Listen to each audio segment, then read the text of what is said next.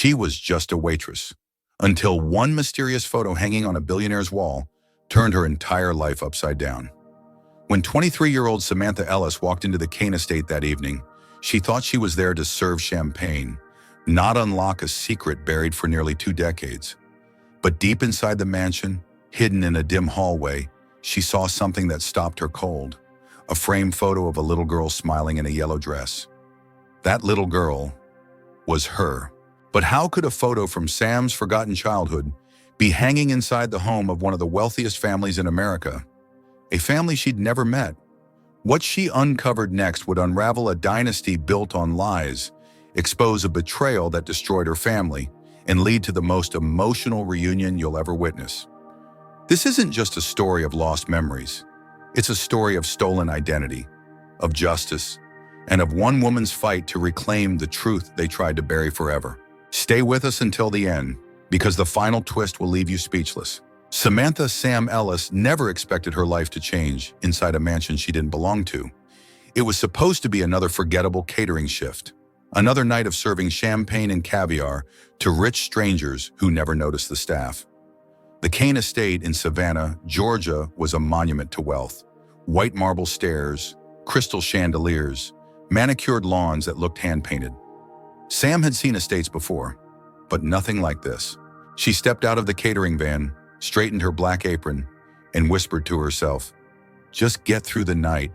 Smile, serve, leave." It was how she got by. At 24, Sam had learned to survive. Raised by adoptive parents in Willow Springs, she'd worked 2 jobs since high school, waitressing and dog walking by day, catering high-end parties by night. Her dream of going to culinary school had been sidelined by rent and reality. Still, she pushed on, piece by piece. That night, she was just a name on a roster, another invisible server blending into the wallpaper of luxury. But then, she saw it. It started as a flicker, a quiet hallway tucked behind the main ballroom. Sam had been trained not to wander. Eyes down, no talking to guests, stay out of the private wings. The head butler, Frederick, had barked at her earlier, but the corridor seemed to hum, like it was calling her. Curiosity won. She slipped away, heels silent on the polished floors.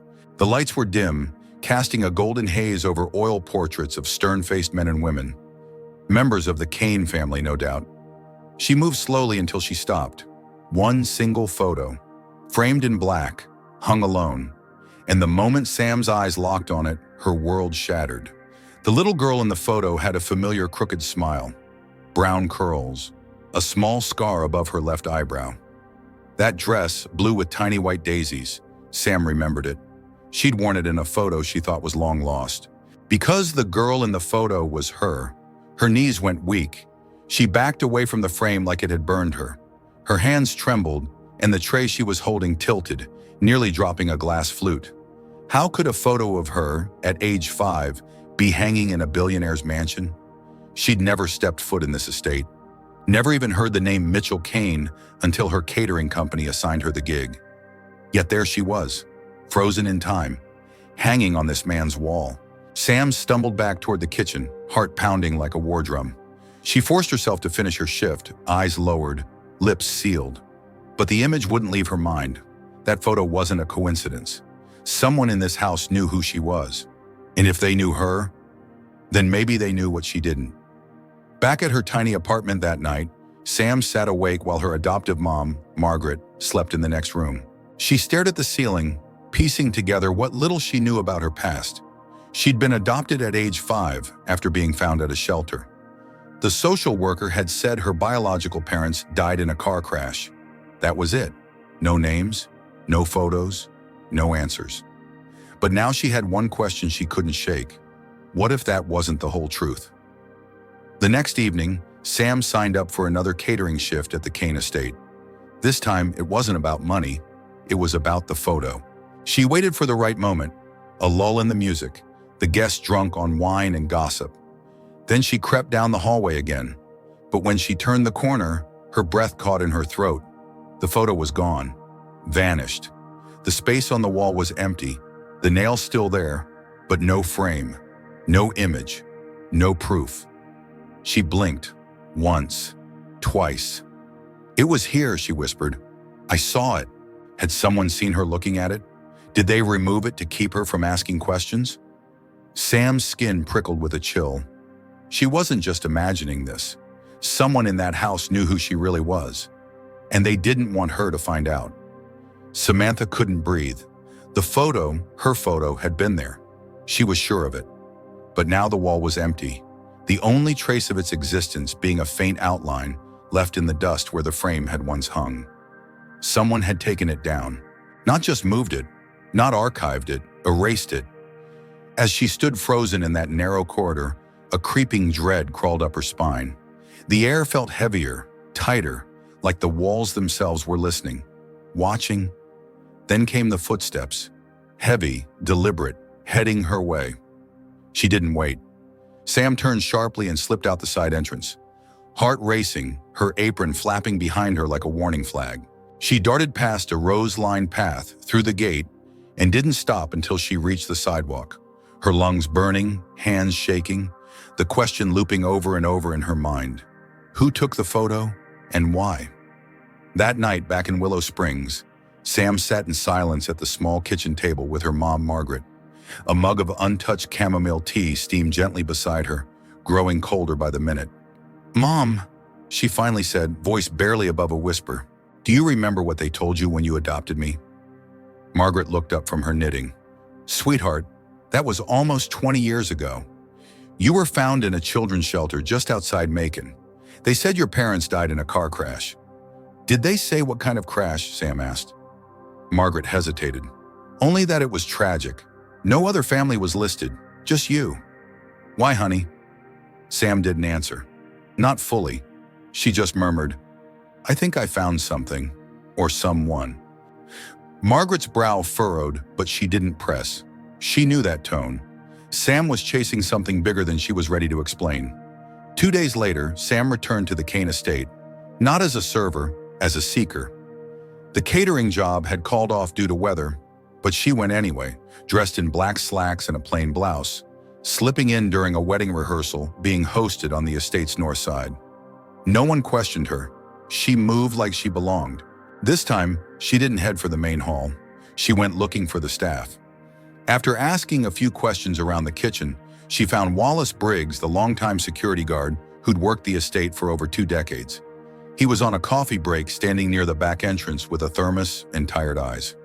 "Excuse me," Sam said, approaching carefully. "You've been here a while, right?" Wallace squinted. "Long enough to forget how many galas I've worked." "You need something, miss?" She hesitated.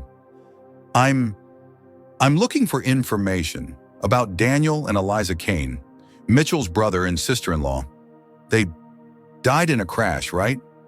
Wallace's face stiffened. "That's not a name people bring up around here," he said slowly. "But yes, Daniel and Eliza died in a car wreck about 19 years ago. Horrible thing. Everyone assumed their little girl died with them." "But what if she didn't?" Sam asked, her voice suddenly raw. "What if she disappeared? Was taken?" Wallace took a long sip of coffee, then looked away. "Some of us thought that. But Mitchell, well, he moved fast, took over the estate, the family businesses, people who asked too many questions. Let's just say they didn't stick around long." Sam's stomach turned. "So you think he covered it up?" Wallace didn't answer directly. He just muttered, "That man's built his life on secrets. You're not the first to go digging, but be careful. Around here, the truth has a way of disappearing." That night, Sam sat in her car for nearly an hour outside a modest brick home in the quiet outskirts of Savannah. The porch light was on. Wind chimes rattled softly in the breeze. This was the home of Virginia Cole, a retired housekeeper who had once worked for Daniel and Eliza Kane before the crash. Sam had found her through a mutual friend at the catering company, and now her fingers trembled as she rang the doorbell. Virginia opened the door slowly. She was in her 70s with silver hair in a loose braid and eyes sharp as ever. "You must be Samantha," she said kindly.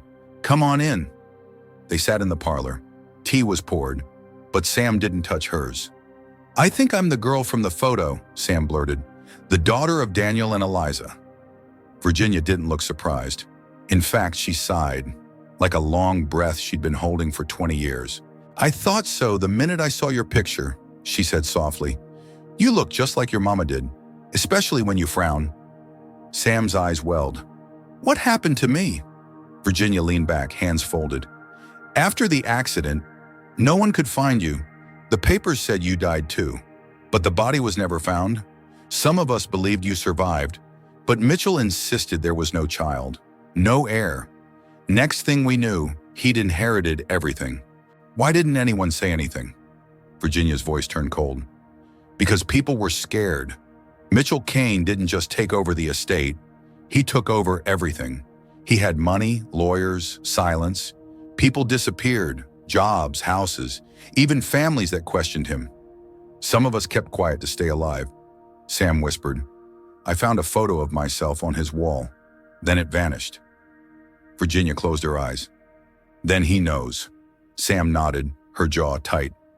"I want the truth, even if it means tearing this whole place down." Virginia opened a drawer and pulled out a small worn envelope. "Your mother gave this to me weeks before the accident, told me to keep it safe. I think it was meant for you." With trembling hands, Sam opened the envelope.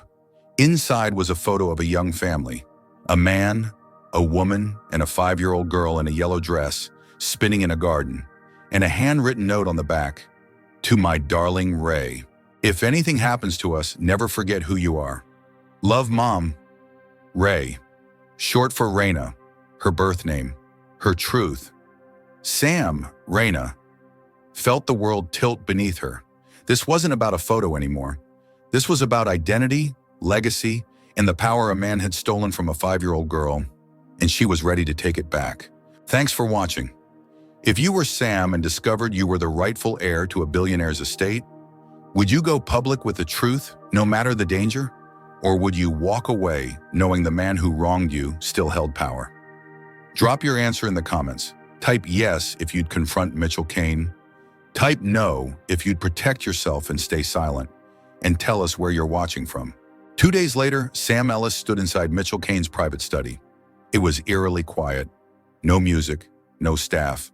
Just the ticking of an old grandfather clock echoing through the paneled room like a warning. Everything around her screamed power. Mahogany shelves lined with first editions, brass lamps glowing like secrets, and an old oil painting of the Kane family that now felt more like a lie than legacy.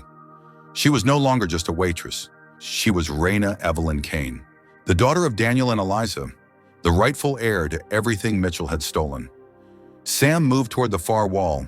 Her fingers trembled as she reached behind the large painting of a hunting dog and discovered what Virginia Cole had told her about, a hidden safe. She stared at the digital keypad. Then she entered the date burned into her memory now, the day her parents died in that crash. 4/09/2005. Click. The door hissed open. Inside were stacks of documents, flash drives, and something wrapped in faded blue ribbon. She opened it. A letter. "To my daughter, Raina," it began in her mother's familiar handwriting. Tears blurred Sam's vision as she read her mother's final words. Warnings about Mitchell's ambitions, his thirst for control, and his plan to take over once Daniel and Eliza were gone.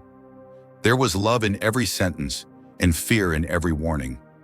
They had known they were in danger, and Mitchell had made sure no one survived to tell the truth. Until now. She stuffed the letter and documents into her bag, her heart racing. But as she turned toward the door, he was there, Mitchell Kane, standing in the frame, arms crossed, eyes cold and calculating. "So," he said quietly, "you finally figured it out." Sam didn't back down. "I know who I am, and I know what you did." Mitchell gave a dry, bitter laugh. "You think anyone's going to believe a girl who showed up from a shelter with no memory and a letter in her purse? You're a ghost, you don't exist." Sam held his stare. "I have proof, DNA, records, witnesses, and your secrets. They're not locked up anymore." His smile vanished. "You were a mistake," he hissed. "Your father was too soft to lead this family. And your mother—" "Don't," Sam snapped. "Don't you dare say her name." Mitchell's expression twisted into rage. "You walk out that door, Raina, and I will bury you. Again." But Sam was already moving. Her feet hit the floor like thunder as she sprinted past him, down the hallway, through the east wing, bag clutched tight to her chest. Behind her, Mitchell's shouts echoed like thunder. "Security, stop her!" She didn't stop. Not for the guards, not for the gates, not for anything. This was her life, and she was taking it back. The next morning, headlines exploded across every news network. Kane scandal. Hidden heir exposes billionaire's family fraud. Mitchell Kane investigated for decades-long cover-up. Raina Evelyn Kane, the heiress they tried to erase. Sam Raina sat across from Olivia Pierce, the investigative journalist who had helped her verify everything. Birth certificates, employee testimonies, and her DNA, which matched a blood sample taken from Eliza Kane after the crash. With a letter from her mother in hand, they went public. Mitchell Kane was arrested by federal agents 3 days later on charges of conspiracy, fraud, and evidence tampering. But the story didn't end there. 1 week later, a news bulletin aired a clip of a woman being escorted out of a private psychiatric clinic near Asheville, North Carolina. She was thin, pale, and moved slowly, but Sam knew her instantly. Eliza Kane, her mother. She had survived, and Mitchell had hidden her away, using forged death records and manipulating her trauma-induced amnesia to erase her from the world. Sam raced to the clinic. When she walked into the sunlit room and saw her mother sitting quietly by the window, time stopped. "Mom," she whispered. Eliza turned, and her eyes lit up. Raina," she whispered, voice cracking. Sam dropped to her knees, sobbing, as her mother wrapped trembling arms around her. 2 lives, stolen, separated by greed, now whole again. Months passed. Mitchell Kane was convicted. His empire collapsed. Sam and her mother didn't claim the estate or fortune. Instead, they moved to Vermont, where they opened a home for displaced girls and orphans, people like Sam, who had once felt like ghosts in their own story. They called it the Raina House. Every night, as Sam sat on the porch with her mother, watching the sky turn gold over the hills, she whispered the same 3 words to herself. "I came back," and this time, no one could take that away from her.